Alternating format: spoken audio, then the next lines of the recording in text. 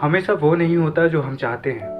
ईश्वर करे कि आपका परिवार और आप हमेशा खुश रहें और स्वस्थ रहें। लेकिन मानिए कि कभी ऐसी कंडीशन बने कि आपका सबसे पसंदीदा व्यक्ति अचानक से बीमार पड़े और उसे हॉस्पिटल ले जाने की नौबत पड़ जाए। आप हड़बड़ाहट में उन्हें लेकर हॉस्पिटल तो पहुंच गए, लेकिन आप ये भूल गए कि आपके पास में कैश रुपए नहीं हैं। आपको लगा कि ऑनलाइन पेमेंट का ज़माना है, पूरी दुनिया ऑनलाइन पर चल रही है, तो हॉस्पिटल भी चलता ही होगा। आप जब रिसेप्शन में पहुंचे और आपने कहा कि भैया हमें इनका इलाज करवाना है, आप इन्हें फटाक से एडमिट कीजिए, और आपको जवाब मिलता है कि सर प्लीज़ यहाँ पर कैश ही चलता है, ऑनलाइन नहीं चलता। यही है आज के ज़्यादातर प्राइवेट डॉक्टर्स और प्राइवेट हॉस्पिटल्स का टैगलाइन कि भैया हम नकद ही लेते हैं, हम कैश नहीं लेते। और ये तो आपकी भलाई के लिए है, क्योंकि कैश लेंगे तो बहुत जल्दी पेमेंट हो जाएगी, ऑनलाइन लेंगे तो ऑनलाइन पेमेंट अटक जाती है, बहुत ऐसा ऐसा गोल गोल घूमते रहता है, आपका ही नुकसान है उसमें। तो ये सारे बहाने वो हमें बताते हैं अलग अलग प्रकार के कि भैया बैंक में प्रॉब्लम आती है, ये होता है वो होता है। ये सारी चीज़ें क्या है? मेडिकल माफिया का वो राज जो आपको हैरान कर सकता है। ये बहुत सारी चीज़ें जो हमें जाननी चाहिए और हमें इन चीज़ों के खिलाफ खुल के आवाज़ उठानी चाहिए, जानेंगे आज के इस वीडियो में। नमस्कार, मैं हूं विकास टेकरे और स्वागत करता हूं आप सभी का द हिस्ट्री यूट्यूब चैनल में।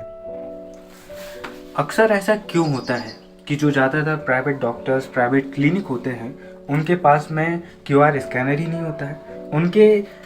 उनके हॉस्पिटल में या फिर उनके क्लिनिक में ऑनलाइन पेमेंट का कोई माध्यम नहीं होता है।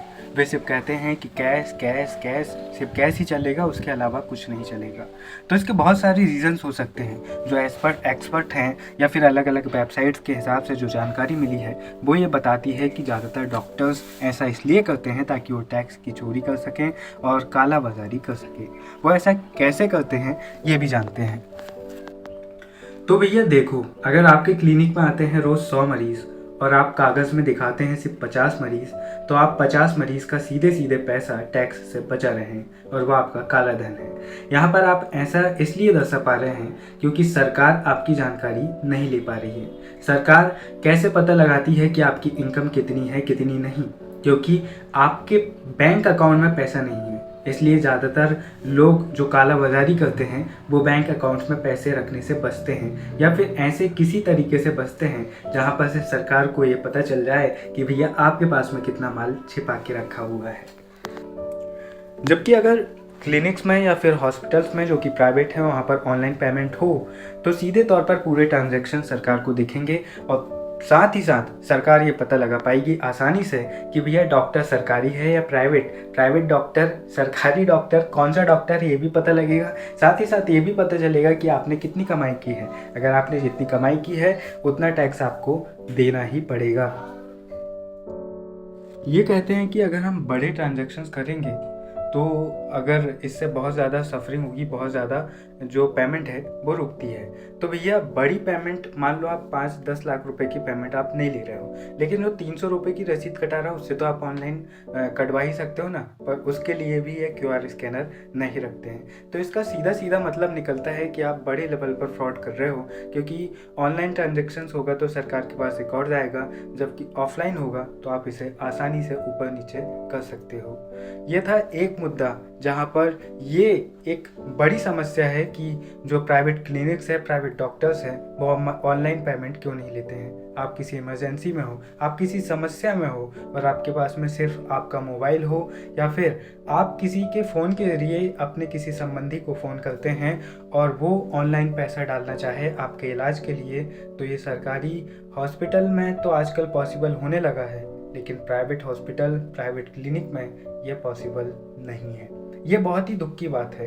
हालांकि मैं सभी प्राइवेट क्लिनिक्स या प्राइवेट हॉस्पिटल्स की बात नहीं कर रहा हूँ, लेकिन बहुत सारे ऐसे हैं जहाँ पर ऐसी काला बाजारी चल रही है। ज़रूरत है कि हम इनके खिलाफ आवाज़ उठाएं और हम इन ऐसी घटनाओं की शिकायत करें। दोस्तों, 104 एक स्वास्थ्य हेल्पलाइन नंबर है जहां पर आप शिकायत कर सकते हैं।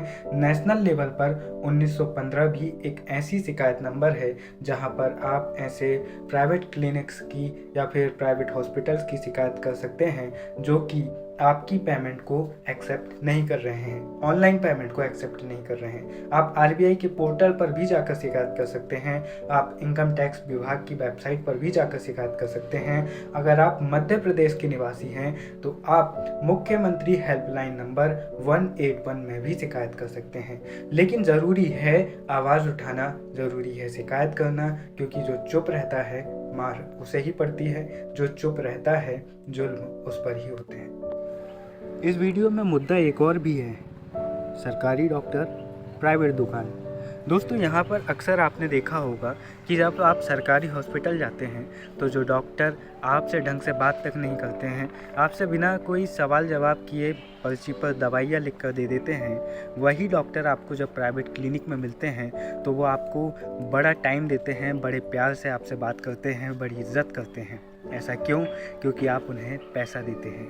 हालांकि ऐसे पंजाब वर्सेस जो डॉक्टर्स का जो मामला था, जो कि सुप्रीम कोर्ट में गया, वहाँ पर ऐसा कहा गया कि अगर कोई सरकारी डॉक्टर अपनी सरकारी ड्यूटी के बाहर प्रैक्टिस करना चाहे तो ज़्यादातर राज्यों में इसकी आज़ादी है, छूट है। बिहार जैसे राज्यों में इसकी पाबंदी है।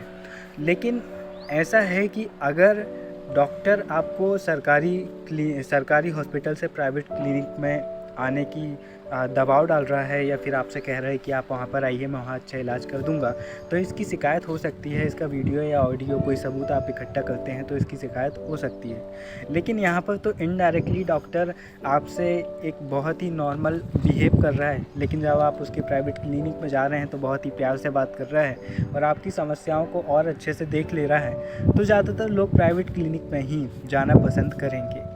तो यहाँ पर ये भी एक बड़ी समस्या है कि भाई आप तनख्वाह ले रहे हो सरकार से, लेकिन आप प्राइवेट क्लिनिक खोल के बैठ गए हो, वहाँ पर भी कोई ऑनलाइन पेमेंट का सिस्टम नहीं है, तो आप वहाँ पर कितना कमा रहे हो, कितना छाप रहे हो, कोई रिकॉर्ड नहीं है। अक्सर कहा जाता है कि डॉक्टर और भगवान दोनों एक समान होते हैं, क्योंकि भगवान हमें ज़िंदगी देते हैं लेकिन डॉक्टर हमें दोबारा ज़िंदगी देता है। लेकिन वही डॉक्टर जब हमें लूटने लग जाए, उसी ज़िंदगी का सौदा करने लगे, तो सवाल उठाना लाजमी है। लाजमी है आपके सवालों का बनना, लाजमी है सरकार के सामने सवाल खड़े करना, और लाजमी है उस भगवान से पूछना कि आपके पास जो अधिकार है हमारे जीवन, हमारे स्वास्थ्य को बेहतर बनाने का, उसके लिए आप हमें लूट क्यों रहे हो? जो आपका काम, आपका दायित्व है, जो आपको करना चाहिए, आप वो क्यों नहीं कर पा रहे हो? सवाल जब तक नहीं उठते हैं तब तक बदलाव नहीं होता।